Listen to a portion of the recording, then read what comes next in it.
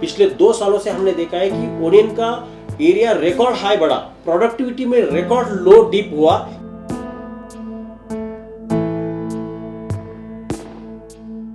Late खरीफ और main खरीफ crop से हाथ धोना पड़ेगा हमको। ये हमारे जो कैलेंडर ईयर या जो क्रॉप ईयर है उनसे ये 2 क्रॉप निकल के जाने वाली है।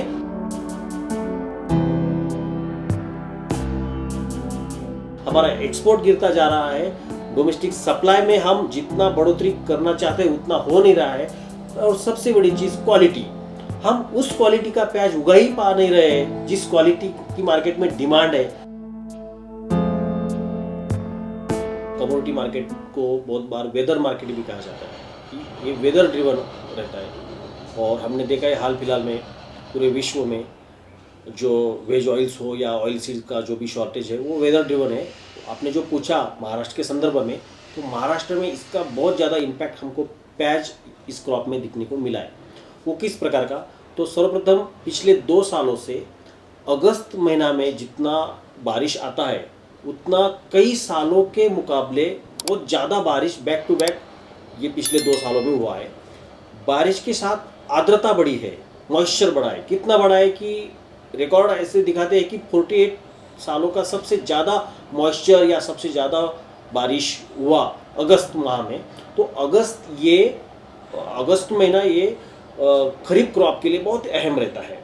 और हुआ ये कि ज़्यादा बारिश के कारण प्रोडक्टिविटी कम हुई, रिप्लांटेशन खराब हो गया, सब आगे क्रॉप के ग्रोथ में प्रॉब्लम आया, फंगल डिसीज बढ़ गए ज़्यादा आर्द्रता के कारण, और क्रॉप में तरह तरह के रोग आ गए, प्रॉब्लम आ गए। और उसके कारण ओनियन की प्रोडक्टिविटी, मतलब आप मान लीजिए कि पिछले 25 सालों में ये ऐसा कभी नहीं हुआ कि मेन खरीफ क्रॉप या मुख्य खरीफ क्रॉप 80% क्रॉप महाराष्ट्र का, नॉर्थ कर्नाटका का वाइप आउट हो गया। ये खाली महाराष्ट्र और कर्नाटक तक सीमित नहीं है, ये खंडवा मध्य प्रदेश में भी और हाल फिलहाल में राजस्थान के अलवर में भी बहुत ज़्यादा मॉइस्चर रिलेटेड जो फंगल इन्फेक्शन है ओनियन में वो बढ़ गए। तो वेदर का इम्पैक्ट खाली कितना बारिश ज़्यादा हुआ इससे नहीं है, टेम्परेचर कितना बढ़ा, मॉइस्चर कितना है और वाटर लॉगिंग किस हद तक रहता है। तो इस महाराष्ट्र में ओनियन के खेत में पहली बार ऐसा देखा गया कि यहाँ के लोकल लैंग्वेज में उसको ऊपर कहते हैं या जमीन से खुद से पानी निकल कर आता है। तो इस हद तक बारिश का प्रमाण ज़्यादा था। और इस केस में महाराष्ट्र में खरीफ और लेट खरीफ क्रॉप ओनियन का स्पेशली कभी नहीं आ सकता।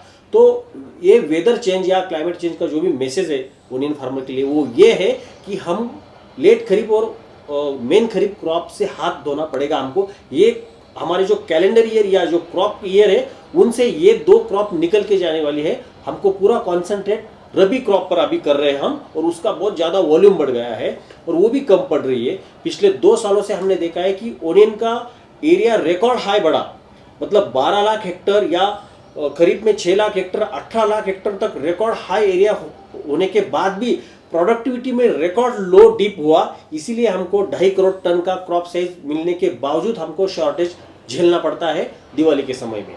तो ये सारी चीज़ें हमको आंकना पड़ेगा वेदर के चेंजेस के संदर्भ में। कई सारे लोग जैसे इसका जो नुकसान होता है वो झेलता तो किसान है, क्योंकि उसकी क्रॉप जाती है। और वाइप ऑफ का मतलब हुआ कि पूरी फसलें बर्बाद हो गई, 100 में से 80 किसानों के खेत तबाह हो गए, नहीं हो पाया। इन सब का फिर असर आता है रेट पे। तो जब उस समय की जब रेट की बात होती है तब लोगों को लगता है अरे ये इतना कैसे हो गया, ये तो इतना प्याज इतना महंगा हो गया, वो सब बात करते हैं। तो जो क्लाइमेट या मौसम ही है उन सब का तो किसान तो भुगतान कर रहा है, उपभोक्ता पे भी बहुत बड़ा असर इसका देख सकते हैं। उपभोक्ता पर और ज़्यादा असर होने की संभावना है आगे, मतलब ये तो बहुत कम है। तो ये क्यों है, जैसे मैंने पहले कहा कि वेदर ये किसानों को इम्पैक्ट नहीं करता खाली, तो वेदर हमारा पूरा एग्रीकल्चर इकोनॉमी को, पूरा एग्रीकल्चर सप्लाई चेन को डिस्टर्ब करता है। और ये जो हाई प्राइसेस कभी कभी हम देखते हैं कि छोटे अवधि के लिए प्राइसेस बहुत ज़्यादा बढ़ जाते हैं और बहुत ज़्यादा चर्चा होती है, तो इसका रिलेशन वेदर से है। हम वेदर के संदर्भ में कैसे डील करते हैं, हम कैसे उसको प्रिकॉशन या पूर्व सूचना के तहत हम जोखिम कम करते हैं, ये सारी चीज़ें हैं। ये जो हम फिनोमेना देख रहे हैं पिछले 2-3 सालों से, मुझे लगता है कि इसका इम्पैक्ट ओनियन का जो बैलेंस शीट रहता है साल भर का, कितना प्रोडक्शन है, कितना डिमांड है, तो उस पर ज़रूर आएगा। हमारा एक्सपोर्ट गिरता जा रहा है, डोमेस्टिक सप्लाई में हम जितना बढ़ोतरी करना चाहते हैं उतना हो नहीं रहा है, और सबसे बड़ी चीज़ क्वालिटी, हम उस क्वालिटी का प्याज उगा ही पा नहीं रहे हैं जिस क्वालिटी की मार्केट में डिमांड है। तो सब स्टैंडर्ड माल आ रहा है, तो उपभोक्ता को खाली रेट का मसला नहीं है, तो क्वालिटी भी खराब मिल रही है। तो इन सारी चीज़ों को हमको देखना पड़ेगा। तो एक तो ये बात होगी कि किसान नुकसान हो रहा है, जो किचन में जा रहा है, जिसे खाएगा वो नुकसान हुआ।